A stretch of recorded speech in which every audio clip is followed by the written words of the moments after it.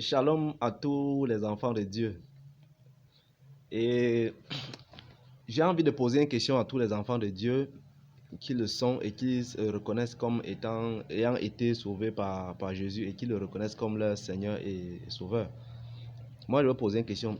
Qu'est-ce que nous reprochons, nous chrétiens, à ceux qui nous font des remarques sur notre vaine façon de vivre?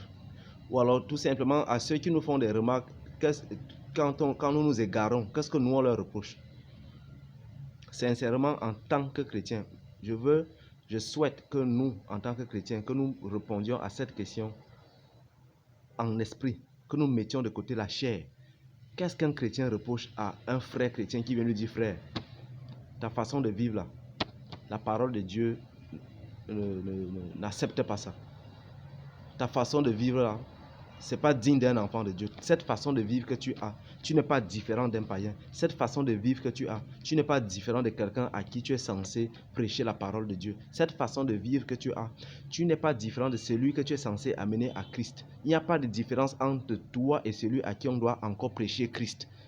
Qu'est-ce qu'on reproche à celui qui nous dit un tel truc? Sincèrement, quel est le mal qu'il fait? Quel est le mal? Parce que je pose cette question, pourquoi? Parce que il y a une habitude qui grandit beaucoup au milieu des enfants de Dieu. Et je dis que cette habitude, c'est le fruit de l'orgueil. C'est le fruit de l'orgueil. C'est-à-dire les gens sont nés de nouveau. Ils ont été dépouillés de tout ce qu'ils avaient de mal dans le passé. Mais la plupart des enfants de Dieu, si vous avez remarqué, ont gardé ce défaut-là. Ils ont gardé ça.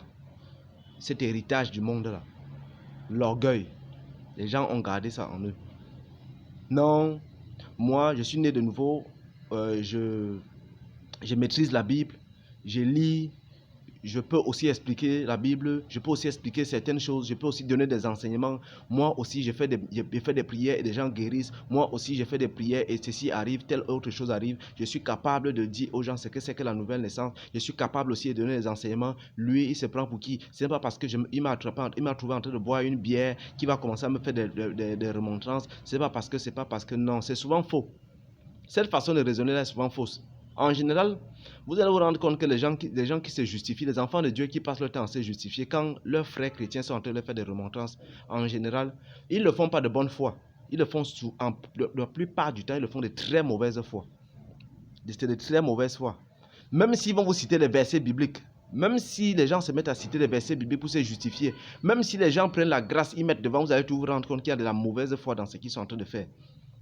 J'ai dit une fois et je le redis encore aujourd'hui, même si tu maîtrises les versets bibliques comment, même si tu as l'art de retourner les versets bibliques comment, quand un frère vient te dire que tu es dans l'erreur, tu ne vas trouver aucun verset biblique qui justifie le péché. Tu ne vas trouver aucun verset biblique. Aucun verset biblique ne va justifier ta posture de celui qui est en train de pécher. Ça n'existe pas. Sauf si tu prends ça et tu tords et tu te trompes toi-même, tu décides de te mentir à toi-même. Et souvent, le raccourci le plus facile que les gens ont trouvé, c'est de dire que lui aussi, il fait ça.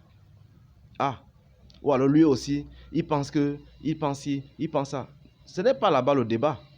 Le débat ne se trouve pas à ce niveau. Le débat n'est pas au niveau de est-ce que lui aussi, est-ce que lui aussi, est-ce que lui aussi. Attends le jour où lui aussi est dans l'erreur, tu lui dis que comme tu vois frère, ce que tu es en train de faire n'est pas bon.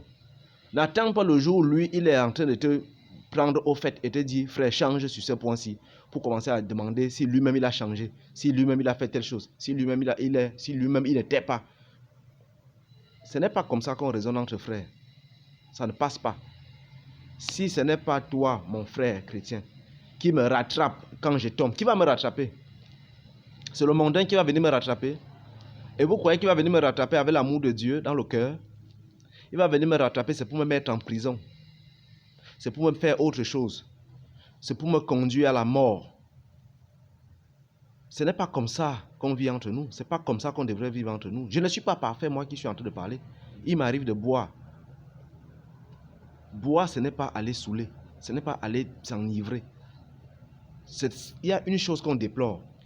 C'est de se mettre dans ces choses-là, de se mettre dans des postures qui vont vous exposer à autre chose. Et de façon continuelle. Je peux partager un verre avec un ami. Nous discutons. On finit de parler de ce dont on veut parler et puis on se sépare. Je ne veux pas faire de l'alcool mon mode de vie.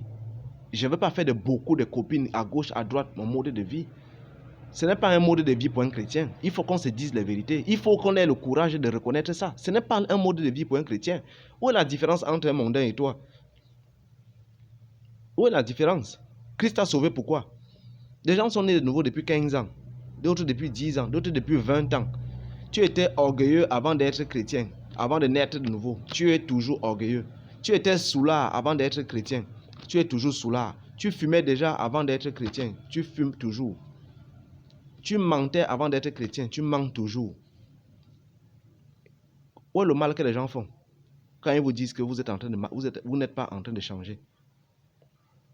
Vous allez dire que les gens sont en train de vous juger. Où est le jugement dedans? Même là où les gens vont, entre eux les soulards, s'assoient pour boire. Il y a des moments où ils se disent la vérité. Il y a des moments où ils décident de se dire la vérité entre eux. Ils se disent la vérité partout, ça se fait. Si on est des frères, si on est dans le corps du Christ tous ensemble, si on est tous les enfants d'un même Dieu, si on a le même esprit, pourquoi ça crée problème qu'on se fasse des exhortations mutuelles? Pourquoi ça crée problème? Pourquoi? Ça ne devrait pas créer problème. Où est un frère chrétien? Il est chrétien du 1er au 31. Vous le regardez, vous l'observez. Il est sur les réseaux sociaux, il est partout. Il est incapable de faire une exhortation une fois sur 3, 4, 5, 6 mois. Mais le jour où vous lui dites que moi j'ai observé ta façon de vivre, frère, tu es en train de baisser de niveau. Tu es en train de tu es plus dans le monde que dans les affaires de Dieu. Tu accordes plus d'importance aux affaires du monde qu'aux affaires de Dieu. Ce jour-là, il va te sortir tous les versets bibliques. Il va même te chercher les versets bibliques et si ça ne suffit pas, il va partir te chercher les trucs philosophiques pour t'expliquer comme il faut être humble, il faut être ceci, il ne faut pas vouloir montrer que tu dépasses tout le monde, il ne faut pas vouloir montrer ci, il ne faut pas vouloir montrer ça, il ne faut pas. Est-ce que le débat est à ce niveau-là? Le débat n'est pas au niveau de est-ce que je suis humble ou bien je ne suis pas humble quand je suis en train... Non, le débat n'est pas à ce niveau. Le débat est au niveau du fait que ce que tu fais n'est pas correct. Ce que tu fais ne te ressemble pas. Nous sommes les ambassadeurs de Christ. Donc on doit avoir une certaine image. On doit être crédible aux yeux de ceux à qui on peut annoncer Christ. Quel Christ tu peux annoncer aux gens étant sous? Quel Christ tu peux annoncer aux gens avec l'image que tu as? L'image d'un fornicateur, l'image d'un soulard perpétuel, des images. On t'a dit on met un mondain et toi, vous n'êtes pas différents, mais tu veux annoncer Christ aux gens. C'est une façon indirecte de dire aux gens que tu ne peux pas prêcher Christ. C'est une façon indirecte de dire aux gens que tu ne pourras jamais prêcher Christ. C'est impossible. Les gens ont fait de cette mission d'aller annoncer la bonne nouvelle une mission pour les autres. Ce n'est pas pour les autres. Tous ceux qui sont en Christ, c'est leur travail. C'est leur boulot. Et ça passe par l'autodiscipline. Il faut d'abord s'autodiscipliner. Si vous ne vous autodisciplinez pas, ça ne marche pas. Ça ne va pas marcher. C'est par nous-mêmes que nous devons commencer. C'est par nous-mêmes que nous... Et je précise, je dis encore, je ne suis pas en train de dire ça pour dire à quelqu'un que moi, je suis parfait. Non, moi, je ne suis pas parfait. Mais je sais que j'ai une discipline de vie à mener. Et je suis en train de me battre avec l'aide de Dieu à faire en sorte que chaque jour, ce que j'étais avant de naître de nouveau, que cela disparaisse. Du moins, ce que j'avais de négatif, que cela disparaisse. Il est question d'être dans cette logique-là. Si vous êtes dans cette logique, les reproches de vos frères chrétiens ne vous feront aucun mal. Vous les prendrez avec amour, avec calme, et vous allez tirer ce qui est de bon là-dedans. Vous allez parler aux gens, dire quelque chose, attirer l'attention aux gens, dire que frère, tu es tout le temps dans les alcools, tu es tout le temps dans des histoires compliquées, tu es tout le temps, tu montes, tu descends, tu prêches Dieu quand? C'est celui qui est à côté de lui, qui lui-même, il est dans cette vie de débauche. Et ce n'est pas lui, s'il te plaît, ce n'est même pas lui-même qui finance sa vie de débauche. Hein. C'est quelqu'un d'autre qui finance sa vie de débauche. Mais lui va te dire que tu parles, toi le chrétien, tu parles comme ça. Lui aussi il est chrétien, s'il vous plaît. Et il dit que mais toi, tu parles comme ça parce que tu n'as pas les moyens de mener cette vie-là. Or lui, il est au chômage. Il n'a rien du tout. Même cette vie de débauche qu'il mène, ce n'est même pas lui qui la finance lui-même. Il ne finance même pas cette vie-là lui-même. Mais c'est lui le premier à te dire que tu parles comme ça par jalousie. Or, si tu parles dans les faits, tu n'as pas de quoi être jaloux de lui. Si lui-même il est honnête, il va voir que tu n'as pas de quoi être jaloux de lui. Il te dit que c'est par jalousie. C'est parce que lui, il a la possibilité de boire 2, 3, 4, 5 casiers par jour. Et toi, tu ne peux pas. C'est parce que lui, il a la possibilité de sortir avec toutes les femmes. Et que toi, tu ne peux pas. C'est parce que lui, il est ci, il est ça, il est ça. Et toi, tu ne l'es pas. C'est pour ça que tu dis ça.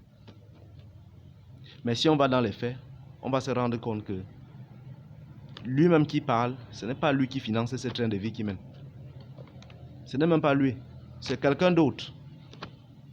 C'est quelqu'un d'autre qui finance cela. Mais il parle comme ça. Pour faire comprendre aux gens que le diable est en train de jouer avec la tête des enfants de Dieu. Le diable joue là-dedans. C'est le diable qui est en train de jouer là-dedans. Et cela passe par quoi? Ça passe parce que les chrétiens sont restés orgueilleux. Étant nés de nouveau, ils sont restés orgueilleux. Les gens sont nés de nouveau, mais ils n'ont pas laissé l'orgueil. Ils sont restés dans l'orgueil. Ils ont gardé les défauts qu'ils avaient quand ils étaient encore dans le monde. Ils ont continué avec les mêmes choses.